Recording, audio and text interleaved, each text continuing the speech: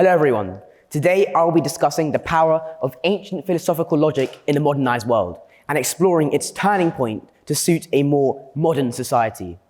So, ancient philosophy, it has a negative impression on certain people, a negative outlook, one might say. In fact, people see it as pointlessly pondering over things that don't matter, philosophers having an existential breakdown or mental crisis over worldview questions, to be specific. Examples of these include, is there a God, or what is our purpose for all rational beings?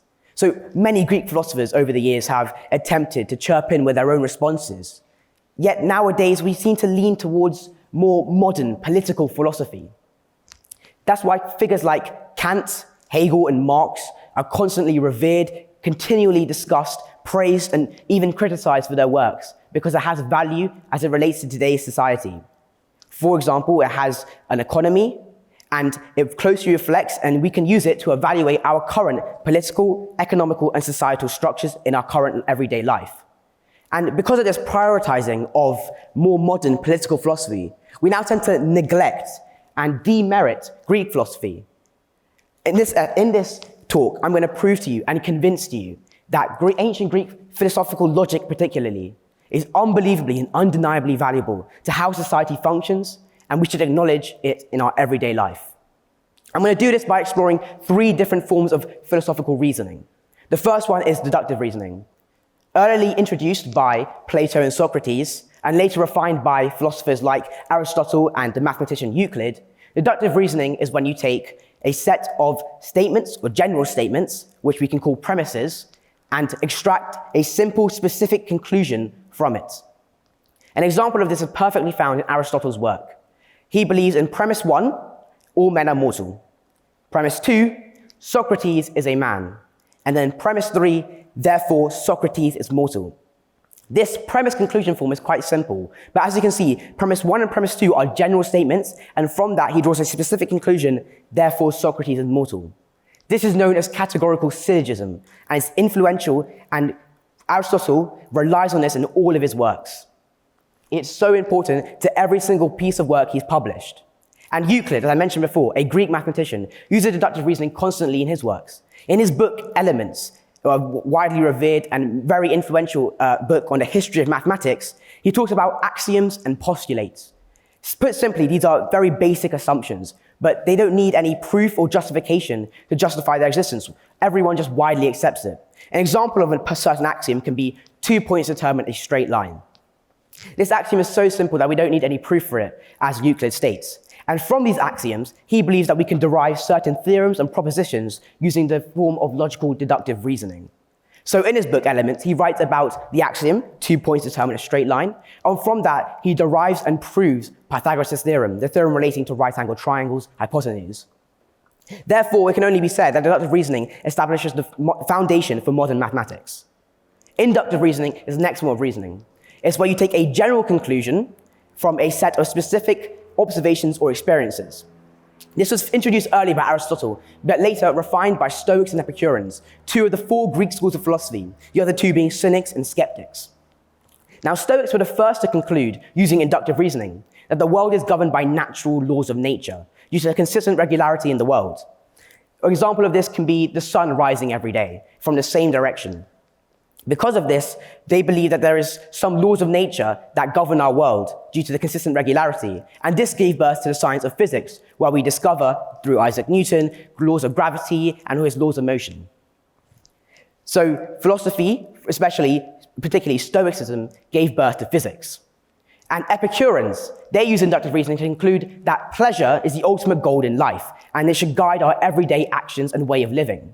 However, this closely mirrors Bentham's hedonic utilitarianism, which was later expanded on by Mill.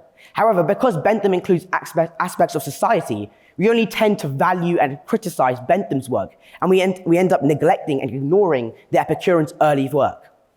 The final form of reasoning I'll be discussing is dialectical reasoning. This is most commonly seen and introduced by Plato and Socrates.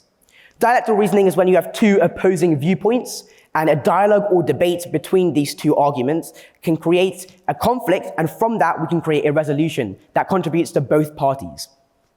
An example of this is found particularly in Plato's Platonic dialogues, where he discusses with Socrates over multiple issues and ends up finding resolutions in his form of arguments theory of forms to create and solve metaphysical and metaethical ideas. Immanuel Kant later, in fact, developed his own form of dialectical reasoning called historical materialism, where he discusses the interaction between economical and societal factors and relates it to our political structure. However, only Kant is discussed and valued in today's society, purely because it relates to society. But now I've explained these three forms of reasoning. How does it affect society? And how can I prove to you that it should be valued and talked about today?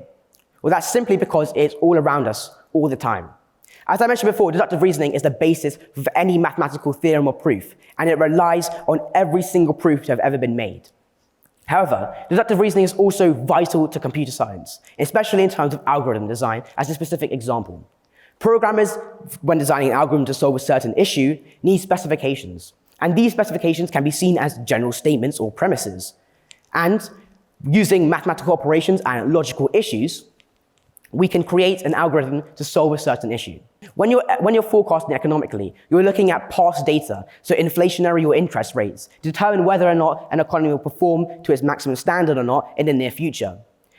In terms of, actually, which can relate to all of you, whenever you look at a specific example or a set of data or a graph or any data point or table, you're using inductive reasoning to understand and draw a conclusion from that specific set of data. And finally, dialectical reasoning. Now, as I said, it facilitates a more back and forth argumentative process, and which fits perfectly to any legal proceeding environment. Its judiciary system is why dialectical reasoning is perfect for the courtroom. Whenever a courtroom is heard, dialectical reasoning is used for any party to try and appeal to get their desired verdict from a judge or a jury. Now, because of this, that both parties are heard, and dialectical reasoning requires both arguments to be heard to create a mixed resolution, it actually ensures, what interests me, actually ensures that the courtroom is fair and impartial. Because it means that both parties from both sides, attacking or defending a client, have to be heard out so that a judge and jury can make a decision. And since the courtroom depends on dialectical reasoning, it ensures that everything the court adheres to, justice, righteousness, and fairness, is enforced by Plato and Socrates' dialectical reasoning, which I find really interesting. And finally, I'd just like to end with a quote from Immanuel Kant. He believes that philosophy stands in need of a science which shall determine the possibility, principles, and extent of human knowledge a priori here, where a priori refers to any knowledge gained through reason or deduction. Now, Kant here, what he's basically trying to explain is that philosophy needs a science. Philosophy needs something for it to stand out and for it to be mattered in today's society.